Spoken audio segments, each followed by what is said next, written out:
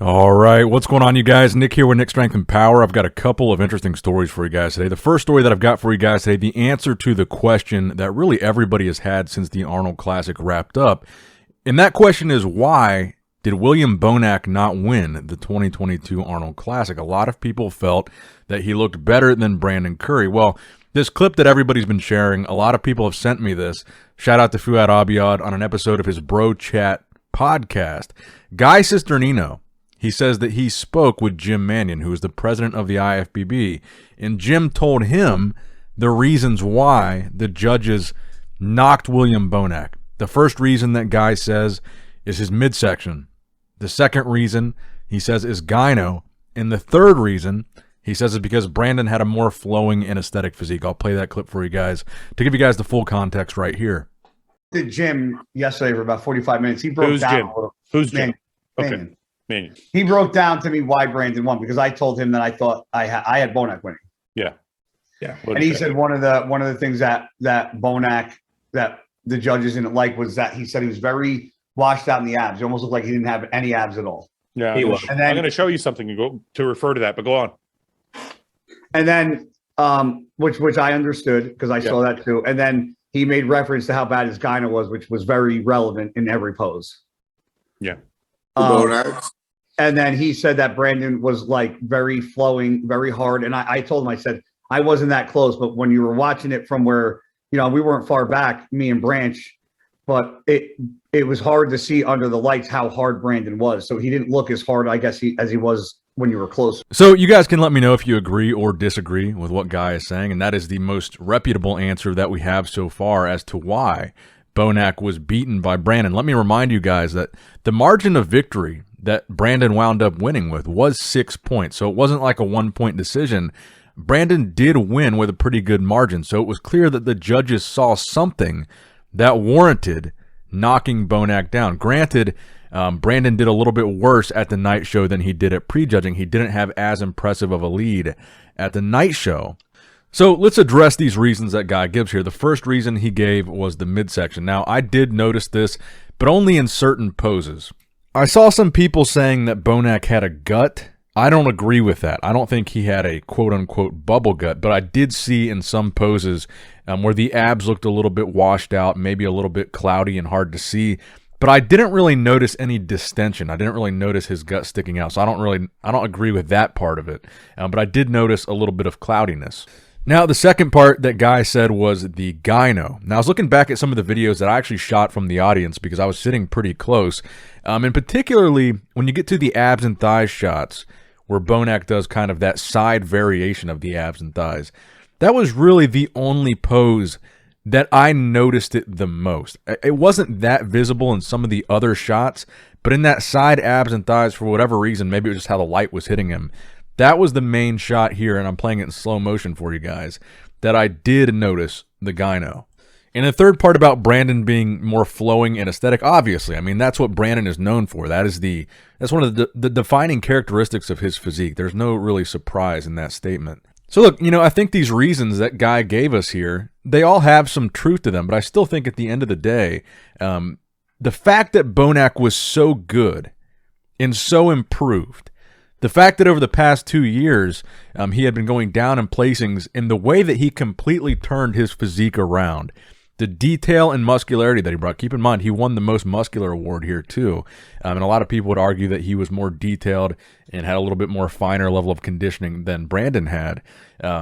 I thought that overshadowed some of the minor imperfections that we saw in Bonac's physique. I mean, yes, we do want to see the gyno get knocked. We don't want to see that rewarded.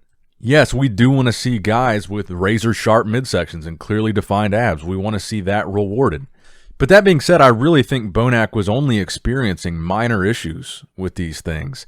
And I thought that the improvements that he made, and he came in so sharp and detailed, that it almost overshadowed those smaller imperfections. So, I don't know. You guys let me know what you guys think. These reasons, they seem kind of reasonable. They seem kind of likely. And I had actually spoken to somebody else that had spoken to a judge at the Arnold, and they told me these exact same reasons. Well, they mostly just said the gyno in the midsection were the reasons.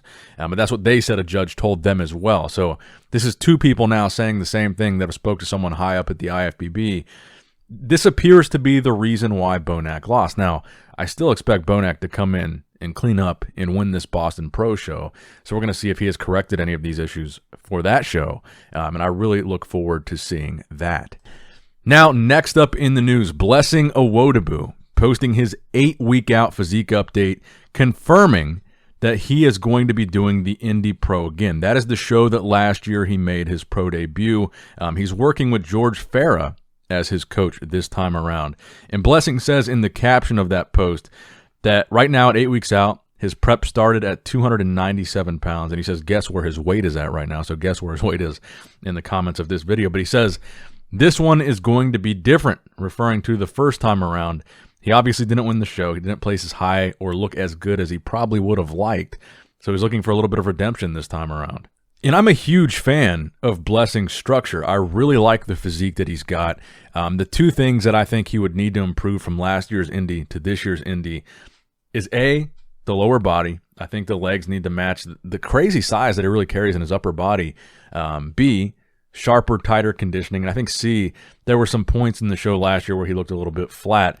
So I want to see a sharper, more conditioned version of Blessing and more separation in size in the legs. And, you know, honestly, in these photos, it's really hard to tell if he's done that with his lower body from a size standpoint. His upper body still looks pretty dominant to me. So I don't know how much, if at all, he has brought up the legs. It's hard to tell from these photos. From the side, they look pretty good in this update. But from the front, honestly, it's pretty hard to tell. I hope he has. I want to see him do well. But let me know what you guys think in the comment section down below. Do you think we're going to see a different result for Blessing Awodibu this time around at the Indy Pro than what we saw at his pro debut? Let me know. All right, now next up in the news, guys, the Eddie versus Hafthor fight is just a couple weeks away from the scheduled date. It's supposed to happen this March. But I'm hearing several rumors from a couple different people now that the fight potentially might get canceled again.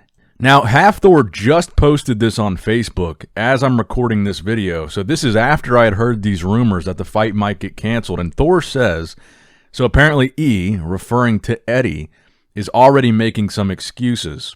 That doesn't surprise me. So March 19th, this thing is supposed to happen. It's supposed to be streamed for free on Segi.tv, Segi TV. Free to watch, not a pay-per-view. I think overall the promotion of this thing has been terrible. I really think that they really haven't done much besides just Instagram posts to let people know when this thing is happening. And I think the announcement that it was actually happening in March was very, very last minute. So I wouldn't be surprised at all if we see this thing get canceled for a second time, or maybe this is the third time. Because remember, it initially got canceled when Eddie got injured. Then I heard it was supposed to be happening at the Arnold Classic, and that didn't happen. So now it's gotten moved again to March 19th in Dubai or whatever, and they're doing this free stream. And now I'm hearing rumors that it might not happen there. And we just saw Thor post this. To me, that kind of adds a little bit more truth to those rumors. So I'm very interested to see what happens with this. I know that a lot of people have lost interest entirely in this fight.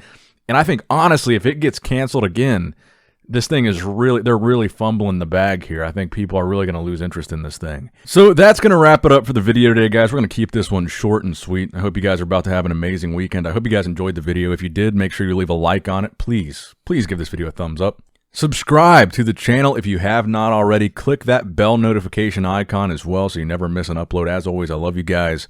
I appreciate you guys. Nick Strength and Power, signing out.